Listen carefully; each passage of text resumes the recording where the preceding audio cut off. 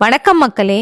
கிருஷ்ண பரமாத்மா மகாபாரதத்தில் பெரியோர்கள் அத்தனை பேர் இருக்க அர்ஜுனனுக்கு மட்டும் ஏன் கீதையை உபதேசித்தார்? இது பற்றி ஒரு சுவையான கற்பனை கதை உண்டு. அந்த கேள்வியை அர்ஜுனன் கிருஷ்ணரிடம் கேட்டானாம். குருட்சேத்திர போர் முடிந்து ஒரு நாள் இருவரும் துவாரகையில் நகர்வலம் போகின்றனர். அப்போது அர்ஜுனன் மனதில் நம்மை ஏன் கீதை உபதேசம் செய்ய தேர்ந்தெடுத்தார் என்று சந்தேகம் தோன்றுகிறது. பலராமரிடம் சொல்லியிருக்கலாம், தாய் யசோதை இல்லை தேவகியிடம் சொல்லியிருக்கலாம், ராதை, பாமா, ருக்மணியிடம் கூட சொல்லியிருக்கலாம். ஏன் என்னிடம் சொன்னார்? காரணம் என்ன என்று யோசித்த அர்ஜுனன் தனது சந்தேகத்தை கிருஷ்ண பரமாத்மாவிடம் கேட்கின்றான். கிருஷ்ணா, கீதை உபதேசத்திற்கு என்னை ஏன் தேர்ந்தெடுத்தீர்கள்? பிதாமகர் பீஸ்மரிடம் சொல்லியிருக்கலாம், அண்ணன் தர்மரை விட கீதையை கேட்க பொருத்தமானவர் யார் இருக்க முடியும்? இப்படி பலர் இருக்க உலக சுகங்களில் அதிக மாட்டமுள்ளவனும் உணர்ச்சி வசப்பட்டு பலமுறை தவறுகளை அடிக்கடி செய்து விடுபவனும் ஆத்திரக்காரனுமான என்னை போய் கீதை போன்ற புனித உபதேசங்களை கேட்க தகுதி உள்ளவனாக கருதியிருக்கின்றீர்களே, இது எந்த வகையில் நியாயம் என்று கேட்கின்றான் அர்ஜுனன். கண்ணன் நிதானமாக சொல்கின்றார், அர்ஜுனா, நீ என் தோழன், என் தங்கையை மணந்தவன் என்பதால் மட்டும் உனக்கு கீதையை சொல்லிவிடவில்லை. நீ தாத்தா பீஸ்மரை சொன்னார்.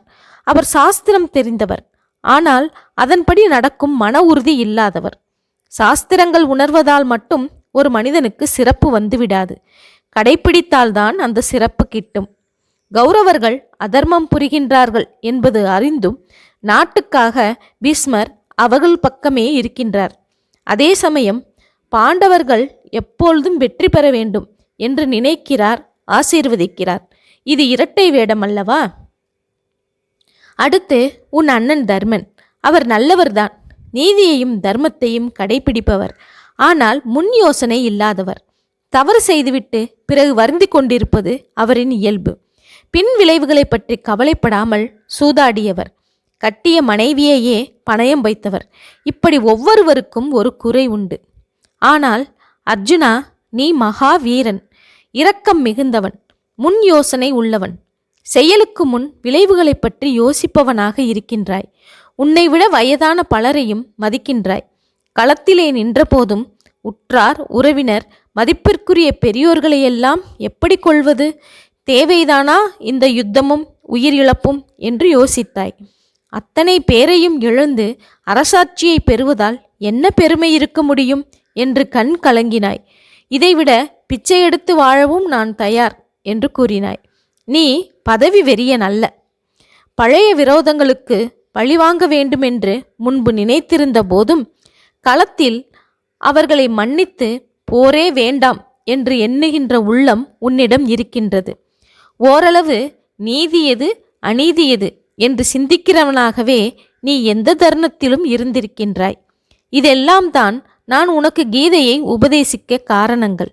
நீதியான வழியில் நடக்க அனைத்தையும் தியாகம் செய்யும் மன வலிமையும் தேவை. தன்னுடைய புனிதமான கடமையை உணர்பவனுக்குத்தான் கீதை கேட்கும் தகுதி உண்டு. அந்த தகுதி உன் ஒருவனுக்கே இருந்ததால் கீதையை உபதேசித்தேன். அதைவிட முக்கியம், அது உனக்கு தேவையாக இருந்தது. நோய் உள்ளவனுக்குத்தானே மருந்து தேவை. அதனால்தான் நான் உனக்கு உபதேசித்தேன் என்றார் கிருஷ்ணர் சிரித்தபடியே.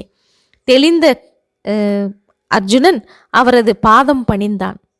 ஓகே மக்களே, மீண்டும் புதிய செய்தியுடன் சந்திப்போம். நன்றி, வணக்கம்.